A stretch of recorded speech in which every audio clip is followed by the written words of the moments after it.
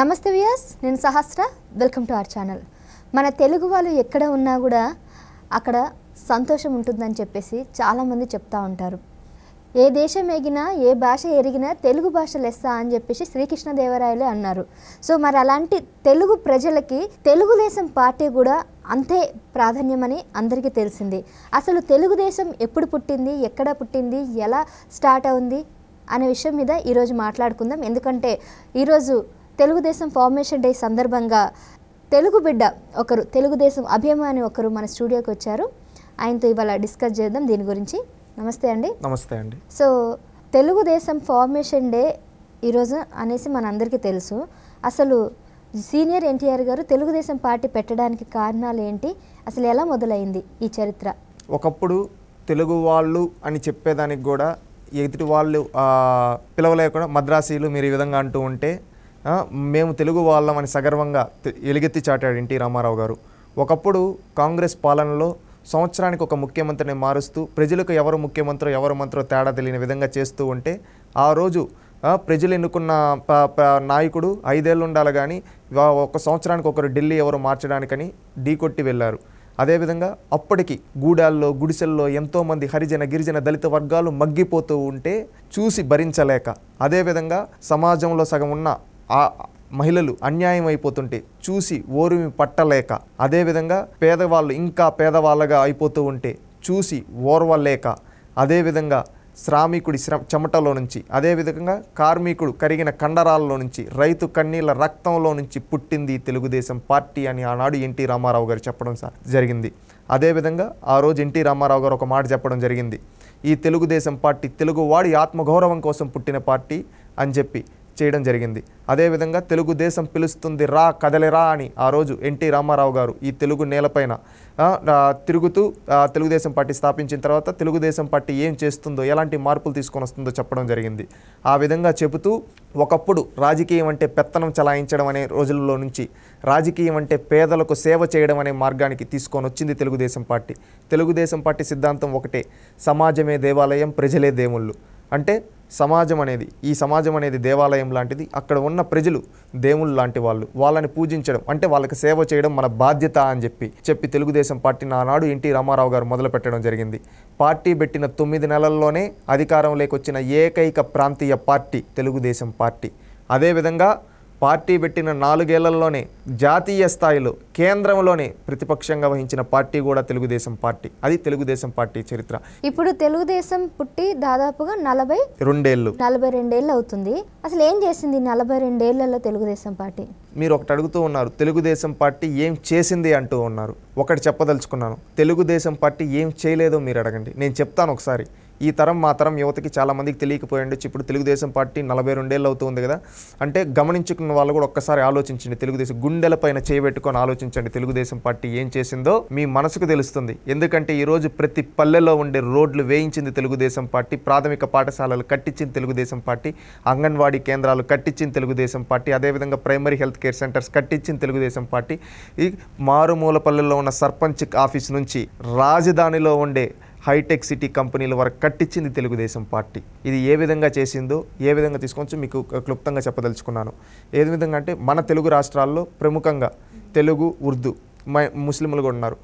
వీళ్ళుంటే ఉర్దూని 2వ అధికార భాషగా చేసింది తెలుగుదేశం పార్టీ.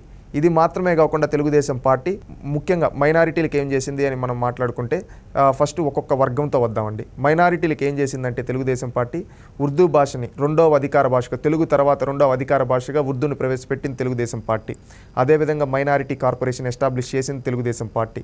అదేవిధంగా హజ్ హౌసులు కట్టించింది తెలుగుదేశం పార్టీ, మసీదులు కట్టించింది తెలుగుదేశం పార్టీ. అదేవిధంగా ఇమాములకు మౌజాములకు గౌరవ వేతనం అందించింది తెలుగుదేశం పార్టీ. అదేవిధంగా మైనారిటీలకు పండుగ కానుకలు అందించింది తెలుగుదేశం పార్టీ. ఈ విధంగా అందించడమే కాకుండా మైనారిటీలకు రిజర్వేషన్ కల్పించింది తెలుగుదేశం పార్టీ. వాళ్ళని స్థానిక సంస్థల్లో అదేవిధంగా ఎమ్మెల్యేలుగా, ఎమ్మెల్సీలుగా, అదేవిధంగా మంత్రులుగా, ఎంపీలుగా చేసింది తెలుగుదేశం పార్టీ. ఈ విధంగా మైనారిటీలు కూడా మనలో భాగమే. ఇది తెలుగుదేశం పార్టీ అనేది ఒక కులానికో ఒక మతానికో కాదు, అన్ని మతాల కలయిక తెలుగుదేశం పార్టీ అని చెప్తూ మైనారిటీల అభివృద్ధికి కూడా తెలుగుదేశం పార్టీ కృషి చేసింది. మైనారిటీ కార్పొరేషన్ ఎస్టాబ్లిష్ చేసి దాని ద్వారా నిధులు ఇవ్వడం, ఇది తెలుగుదేశం పార్టీ మైనారిటీలకు చేసింది. ఇవి కాకుండా ఇంకొకటి మనం మైనారిటీలే కాకుండా మిగతా వాళ్ళకి కూడా చేసింది, చెప్తానండి ఒక్కొక్కటి. ఏమిటంటే ముఖ్యంగా ఎడ్యుకేషన్ సిస్టమ్ గురించి తీసుకొని వస్తే, ఒకప్పుడు కాలేజీల్లో క్యాపిటేషన్ ఫీజు అనేది ఉండేది. అది చాలా వరకు అది ఎన్టీ రామారావు గారి హయాంలో, అంతకుముందు క్యాపిటేషన్ ఫీజు అనే విధానం ఉండేది. ఆ విధానాన్ని రద్దు చేసి పేదవాళ్ళను కూడా ఉన్నత చదువులకు దగ్గర చేశారు.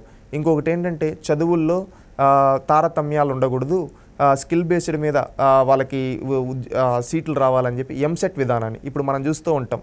ఎంసెట్ ఎగ్జామ్ ప్రతి ఒక్కరు రాస్తూ ఉంటారు. ఇంటర్మీడియట్ కంప్లీట్ అయితే ఇంజనీరింగ్ కాలేజీలకి, మెడికల్ సీట్లకి, దీనికి ఆ ఎంసెట్ విధానాన్ని ప్రవేశపెట్టింది తెలుగుదేశం పార్టీ. ఈ విధంగా ప్రవేశపెట్టడమే కాకుండా ఎన్నో కార్యక్రమాలు, ఏ విధంగా అంటే కొన్ని స్టాటిస్టిక్స్ చెప్పదలుచుకున్నానండి. చెప్పండి. 1983లో మహిళా విశ్వవిద్యాలయం ఎస్టాబ్లిష్ చేసిన తెలుగుదేశం పార్టీ. అది దేశంలోనే 2వ మహిళా విశ్వవిద్యాలయం, అది ఎస్టాబ్లిష్ చేసిన తెలుగుదేశం పార్టీ. అదేవిధంగా హెల్త్ యూనివర్సిటీ దేశంలోనే మన ఆంధ్రప్రదేశ్లో ఫస్ట్ హెల్త్ యూనివర్సిటీ ఎస్టాబ్లిష్ చేసిన తెలుగుదేశం పార్టీ. అదేవిధంగా ప్రతి కిలోమీటర్కి ఒక ప్రాథమిక పాఠశాల, ప్రతి గ్రామంలో కిలోమీటర్కి ఒక ప్రాథమిక పాఠశాల ఉండాలి. అదేవిధంగా 3 కిలోమీటర్లకు ఒక ప్రాథమికోన్నత పాఠశాల ఉండాలి, 5 కిలోమీటర్లకు ఒక ఉన్నత పాఠశాల ఉండాలి అని చెప్పింది తెలుగుదేశం పార్టీ. ఇది మాత్రమే కాకుండా ఒకప్పుడు అక్షరరాస్యత 30%, 20% ఉన్న రోజుల నుంచి 70%కి పైగా అక్షరరాస్యత పెంచేదానికి కృషి చేసింది తెలుగుదేశం పార్టీ. అదేవిధంగా ఈ తెలుగు రాష్ట్రాల్లో 16 మెడికల్ కాలేజీలు, 14 డెంటల్ కాలేజీలు, అదేవిధంగా 41 నర్సింగ్ కాలేజీలు, అదేవిధంగా 230 నర్సింగ్ స్కూళ్ళు, 24 పైగా ఫిజియోథెరపీ కాలేజీలు పెట్టించింది తెలుగుదేశం పార్టీ. అదేవిధంగా స్విమ్స్ కావచ్చు, బర్డ్స్ హాస్పిటల్ కావచ్చు, ఇవన్నీ కట్టించింది తెలుగుదేశం పార్టీ. ఇవి మాత్రమే కాకుండా 23 ఈ విధంగా ఉన్న ఇంజనీరింగ్ కాలేజీలు, 230కు పైగా ఇంజనీరింగ్ కాలేజీలు పెంచింది తెలుగుదేశం పార్టీ. అదేవిధంగా ప్రతి పాఠశాలల్లో ప్రహారీ గోడలు ఉండాలని చెప్పి ఆ ప్రహారీ గోడలు నిర్మించిన తెలుగుదేశం పార్టీ.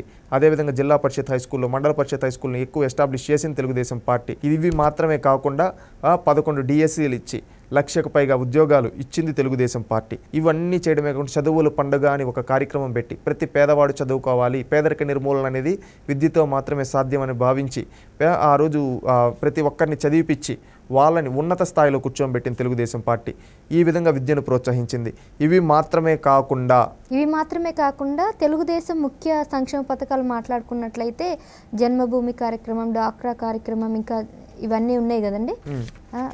అవి కూడా మొదలుపెట్టింది చంద్రబాబు నాయుడు గారేనా?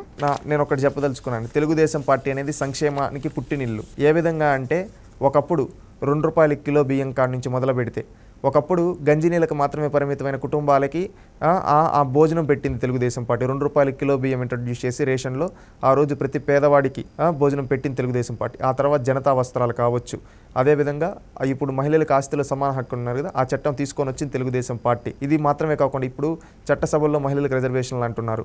ఆ రిజర్వేషన్ ఎప్పుడో స్థానిక సంస్థల్లో మహిళలకు రిజర్వేషన్ కల్పించింది తెలుగుదేశం పార్టీ. అదేవిధంగా ఉద్యోగాల్లో, అదేవిధంగా కాలేజీల్లో మహిళలకు రిజర్వేషన్ 33% కల్పించింది తెలుగుదేశం పార్టీ. ఇది ప్రతి ఒక్కరూ తెలుసుకోవాల్సింది. డ్వాక్రా సిస్టమ్ అని ఈరోజు ఈ 2 తెలుగు రాష్ట్రాల్లో చాలామంది చెప్పుకుంటూ ఉంటారు. ఆ డ్వాక్రా ఇంట్రడ్యూస్ చేసింది చంద్రబాబు నాయుడు గారు. ఇది మాత్రమే కాదండి, ఎన్నో చేశారు. మహిళా శిశు సంక్షేమ శాఖను తీసుకొని వచ్చింది తెలుగుదేశం పార్టీ. ఇవి మాత్రమే కాకుండా మహిళలు ఆర్థిక స్వలంబన రావాలి, వాళ్ళు చదువుకోవాలని ఒకప్పుడు బడికి వస్తా అనే పథకం ద్వారా దాదాపుగా 3 లక్షల మందికి పైగా 1990లోనే 3 లక్షల మందికి పైగా ఆడబిడ్డలకి, స్కూల్ పిల్లలకి 7, 8 వాళ్ళ చదువులు ఆపిచ్చేసి పెళ్ళిళ్ళు చేస్తుంటే ఈ విధంగా బాల్య వివాహాలు అనేది రద్దు చేయాలి, ఈ విధంగా వాళ్ళు చదువుకుంటే వాళ్ళ ఇంటికి వెలుగవుతారని చెప్పి ఆ రోజు బడికి వస్తా పథకం ద్వారా దాదాపుగా 3 లక్షలకు పైగా సైకిళ్ళు ఇచ్చి ఆడబిడ్డలను చదివిపించారు, రిజర్వేషన్లు కల్పించారు. ఆడపిల్లలు కూడా మగవాళ్ళతో సమానంగా ఉద్యోగాలు చేయాలి, మగవాళ్ళతో సమానంగా సంపాదించాలి అని చెప్పి చేసిన తెలుగుదేశం పార్టీ. అదేవిధంగా మహిళలకు కండక్టర్లుగా ఇంట్రడ్యూస్ చేసిన తెలుగుదేశం పార్టీ. ఈ విధంగా ఎన్నో చేసింది మహిళలకు. ఇప్పుడు చెప్పుకుంటే ఇవన్నీ మహిళలకు చేసింది. రైతులకు అంటారా, మేజర్గా ఇరిగేషన్ ప్రాజెక్ట్స్, ఈ 2 తెలుగు రాష్ట్రాల్లో ఉండే ప్రతి ఒక్క ఇరిగేషన్ ప్రాజెక్ట్ స్టార్ట్ చేసిన తెలుగుదేశం పార్టీ.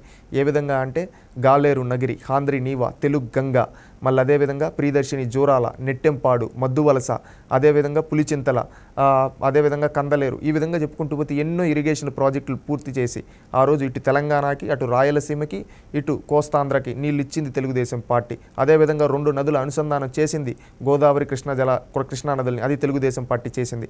ఇవి మాత్రమే కాకుండా మెట్ట భూములు, ముఖ్యంగా తెలంగాణ, రాయలసీమలో రైతులు కష్టాలు పడుతూ ఉంటే చూసి వాళ్ళకి మెట్ట భూముల్లో మనం బోర్లు వేయించాలి ప్రభుత్వం తరపునని చెప్పి దాదాపుగా ఒకప్పుడు 1980కు ముందు రాష్ట్రం మొత్తం మీద ఉమ్మడి 23 జిల్లాలు 1000 బోర్లు మాత్రమే ఉంటే ఎన్టీ రామారావు గారు ముఖ్యమంత్రి అయిన తెలుగుదేశం పార్టీ హయాంలో దాదాపుగా 14,000 బోర్లు ప్రభుత్వమే వేయించి రైతులను ఆదుకునింది.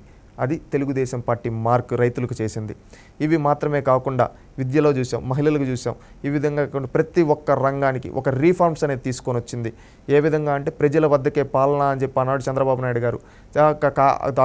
ప్రభుత్వ కార్యాలయాలకే పరిమితమైన అధికారులను పల్లెల దాకా పంపించి ప్రజలకు సేవ చేయాలి, అది మీ బాధ్యత అని చెప్పి చేశారు. డైలీ ఎవర్ సీఎం కావచ్చు, జన్మభూమి కావచ్చు. అదేవిధంగా ప్రతి ఒక్కరూ ఇప్పుడు ప్రపంచం మొత్తం ఒక నూతన ఒరవడిలో వెళ్తూ ఉంది. దీంట్లో మనం ఐటీని అందిపుచ్చుకోవాలని చెప్పి ఆ ఐటీని తీసుకొని వచ్చి హైటెక్ సిటీ నిర్మించడం కావచ్చు, ఇంజనీరింగ్ కాలేజీల్లో సీట్లు పెంచడం కావచ్చు, కంప్యూటర్ శిక్షణ ఇవ్వడం కావచ్చు. ఈ విధంగా చేసే రైతు బిడ్డలను కూడా రారాజులుగా చేసింది తెలుగుదేశం పార్టీ. ఇవి కొన్ని మాత్రమేనండి, ఇంకా ఎన్నో ఉన్నాయి, ఎన్నో రిఫార్మ్స్. ఎందుకంటే ఈ తెలుగు నేలపైన ఎన్నో అభివృద్ధి సంక్షేమ కార్యక్రమాలు చేసింది తెలుగుదేశం పార్టీ. అది తెలుగుదేశం పార్టీ మార్కు. ఈ 2 తెలుగు రాష్ట్రాల్లో ఒక మంచి నాయకత్వాన్ని అందించింది. ఎంతోమంది నాయకుల్ని తయారు చేసింది తెలుగుదేశం పార్టీ. శ్రీకాకుళం నుంచి ఇటు ఆదిలాబాదు, ఇటు అనంతపురం, ఇటు చిత్తూరు వరకు ఏ 4 దిక్కులు తీసుకున్న తెలుగుదేశం పార్టీ అందించిన నాయకత్వం, తెలుగుదేశం పార్టీ చేసిన అభివృద్ధి, తెలుగుదేశం అందించిన అభివృద్ధి ఫలాలు, సంక్షేమ ఫలాలు, తీసుకొని వచ్చిన రిఫార్మ్స్ వల్ల ప్రతి ఒక్కరూ లాభపడ్డారు. ప్రతి ఒక్కరు, మీరు బాగుపడి ఉంటారు, నేను బాగుపడి ఉంటాను, ఏదో ఒక డైరెక్ట్గా ఇండైరెక్ట్గా. ఇప్పుడు మీకు తెలిసి మీరు పెరిగిన విధానాల్లో మీరు ఎక్కడ పుట్టారండి? ఒక ఎగ్జాంపుల్, నేను ఇక్కడ హైదరాబాద్లో మీరు చూస్తే ఇప్పుడు ఖైరతాబాద్ నుంచి ఇప్పుడు మనకు హుస్సేన్ సాగర్ వరకు కచ్చా రోడ్డు ఉంది కదా, ఆ కచ్చా రోడ్డుని విస్తరింపచేసిన తెలుగుదేశం పార్టీ. మళ్ళీ ఇంకొకటి మీరు చూస్తే చార్మినార్ నుంచి కూకట్పల్లి వరకు రోడ్డు విస్తరించింది, అది తెలుగుదేశం పార్టీ. మెయిన్ గా చెప్పాలంటే ట్యాంక్ బండ్ కట్టింది కూడా. ట్యాంక్ మీకు చెప్పను మర్చిపోయింది, ట్యాంక్ బండ్ చుట్టూ అక్కడ బుద్ధ పౌర్ణమి నాడు బుద్ధ విగ్రహాన్ని పెట్టించింది తెలుగుదేశం పార్టీ. ఆ ట్యాంక్ బండ్ పైన కళాకీర్తితో అక్కడ అవన్నీ తెలుగుదేశం పార్టీ. ఇవన్నీ చేసింది తెలుగుదేశం పార్టీ. అసలు ట్యాంక్ బండ్ మొత్తాన్ని నిర్మించింది తెలుగుదేశం పార్టీ. ఈ రోజు అవన్నీ ఇన్ని చేసింది. హైదరాబాద్ అభివృద్ధి గురించి చెప్పుకుంటే 1-2 కాదు. ఈరోజు హైటెక్ సిటీ చూస్తున్నారు. ఒకప్పుడు ఆ హైటెక్ సిటీ కట్టేటప్పుడు ఏమన్నారు తెలుసా తెలుగుదేశం పార్టీ వాళ్ళు? ఇది నీ కులం కోసం కట్టుకుంటున్నావు, నీ వ్యక్తుల కోసం కట్టుకుంటున్నావు, మీ పార్టీ ఆఫీస్ కోసం కట్టుకుంటున్నావా అని గేలి చేశారు ఆనాటి ప్రతిపక్ష నాయకులు. అక్కడ ఏమన్నా గుడ్లు పెడతాయా అని కొంతమంది నాయకులు అన్నారు. ఆ రోజు ఏమీ లేనప్పుడు 1998లో. ఈ రోజు చూస్తున్నారు అక్కడ ఎన్ని కులాల వాళ్ళు, ఎన్ని మతాల వాళ్ళు లాభపడుతూ ఉన్నారు ఆ హైటెక్ సిటీ వల్ల. అదేవిధంగా మైక్రోసాఫ్ట్ గచ్చిబౌలి దగ్గర మీకు తెలుసో తెలియదు, గచ్చిబౌలి స్పోర్ట్స్ కాంప్లెక్స్ ఉంది కదా, జిఎంసీ గారు బాలయ్య గారి స్టేడియం, అది కట్టించింది తెలుగుదేశం. పుల్లెల గోపీచంద్ స్టేడియం ఉంది కదా, అది కట్టించింది తెలుగుదేశం పార్టీ. ఇంకోటి కేబీఆర్ పార్క్ ఉంది కదా, అది కట్టించింది తెలుగుదేశం పార్టీ. జలగం వెంగళరావు పార్క్ ఉంది కదా, అది కట్టించింది తెలుగుదేశం పార్టీ. కోట్ల విజయభాస్కర్ రెడ్డి ఇండోర్ స్టేడియం ఉంది కదా, అది కట్టించింది తెలుగుదేశం పార్టీ. ఇక్కడ హజ్ హౌస్ ఉంది కదా, అది కట్టించింది తెలుగుదేశం పార్టీ. మళ్ళీ శిల్పారామం ఉంది కదా, అది కట్టించింది తెలుగుదేశం పార్టీ. అదేవిధంగా మైండ్ స్పేస్ ఉంది కదా, అది కట్టించింది తెలుగుదేశం పార్టీ. ఈ విధంగా ఎన్నో చెప్పుకుంటూ పోతే రోజులు సరిపోవు. మరి చెన్నారెడ్డి హెచ్ఆర్డీఏ ఉంది కదా, అది కట్టించింది తెలుగుదేశం పార్టీ. ఈ విధంగా తెలుగుదేశం పార్టీ మనకే తెలియకుండా మన జీవన విధానాల్లో ఎన్నో మార్పులు తీసుకొని వచ్చింది. ఈ తెలుగు నేలపైన ఎంతో అభివృద్ధి చేసింది. మీరు, నేను, ఈ తెలుగు రాష్ట్రాల్లో పుట్టిన ప్రతి ఒక్కరూ తెలుగుదేశం పార్టీ అందించిన అభివృద్ధి ఫలాలు, సంక్షేమ ఫలాల వల్ల లాభపడిన వాళ్ళమే. మన బాధ్యత తెలుగుదేశం పార్టీకి అండగా నిలబడడం, తెలుగుదేశం పార్టీ కోటేయడం మన బాధ్యత. ప్రతి రాజకీయ పార్టీ తమ స్వార్థం చూసుకుంటుంది, కానీ తెలుగుదేశం పార్టీ సమాజ అభివృద్ధి కోసం పనిచేస్తుంది. ఏ విధంగా అంటే ఎక్కడా కానీ తన స్వార్థం చూసుకోదు, ప్రజలకు సేవ చేయడమే తెలుగుదేశం పార్టీ ఏకైక లక్ష్యం అనే నినాదంతో ఆనాడు ఎన్టీఆర్ గారు, నేడు చంద్రబాబు గారు, భవిష్యత్ నాయకులు లోకేష్ గారు అదే అడుగుజాడల్లో సమాజమే దేవాలయం, ప్రజలే దేవుళ్ళు, సమాజాన్ని దేవాలయంలాగా మార్చి ప్రజలందరినీ దేవుళ్ళలా పూజిస్తాం, వాళ్ళకి సేవ చేస్తాం, మా బాధ్యతతో ముందుకెళ్తామని చెప్తున్నారు. ఇంత చేసిన తెలుగుదేశం పార్టీకి కేవలం 42 ఏళ్లలో 20 ఏళ్ళ అధికారంలో మాత్రమే ఇవన్నీ చేసింది.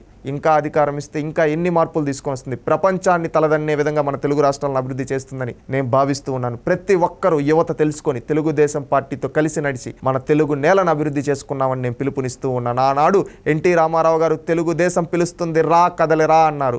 ఈరోజు మన యువతంతా తెలుగుదేశాన్ని కాపాడి మన తెలుగు నేలను అభివృద్ధి చేసుకున్నాం, రా కదలిరా అని కదలిరమ్మని చెప్తూ ఉన్నాం. ఎగ్జాక్ట్లీ అండి. సో హైదరాబాద్ ప్రపంచంలో ఒక స్థానాన్ని సంపాదించుకుంది అంటే దానికి ముఖ్య కారణం తెలుగుదేశం పార్టీ అని చెప్పాలి. చంద్రబాబు నాయుడు గారు ఆ టైంలో ఇంత డెవలప్మెంట్ చేశారు కాబట్టి ఇంత స్థాయికి చేరుకుంది. సో మరి ఇప్పుడు ఏపీని కూడా అదే స్థాయిలో డెవలప్మెంట్ చేసుకుందాం అనుకున్నాం, కానీ కొన్ని అనివార్య కారణాల వల్ల అదంతా కూడా ఆగిపోవడం జరిగింది. సో ఇకపై అలాంటి జరగకుండా రాబోయే కాలంలో ఏపీని కూడా అదే పథంలో అభివృద్ధి చేయాలంటే తెలుగుదేశం మన ముందు ఖచ్చితంగా గెలిచి తీరాలి. కాబట్టి అందరూ కూడా తెలుగుదేశం గెలిపించుకోవాలి. మనమందరం కూడా కట్టగలుసుకొని తెలుగుదేశం పార్టీకి ఓటేయాలి. Thank you.